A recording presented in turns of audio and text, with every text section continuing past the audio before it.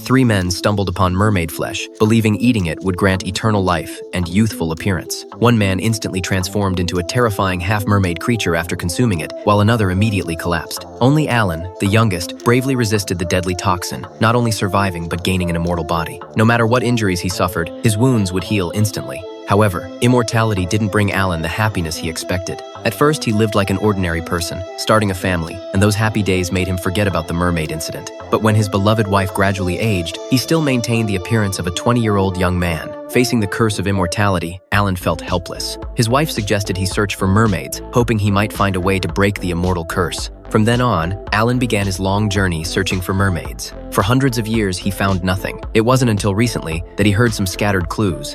Alan immediately decided to venture deep into the mountains to seek the truth. As soon as he reached the village, he was stopped by a group of elderly women. They were filled with hostility toward Alan, and seeing him arrive alone, they attacked him without hesitation. Then they threw Alan into the half-mermaid cave. After Alan revived, he discovered incomplete mermaid remains in a pond near the cave. Enduring severe pain, he jumped into the water to carefully examine the wounds on the mermaid's body. He determined that someone must be consuming mermaid flesh, so he carried the mermaid and followed the trail to find Anna's dwelling. Several elderly women were shocked to see Alan, as they had clearly ended his life. Yet this person appeared completely unharmed.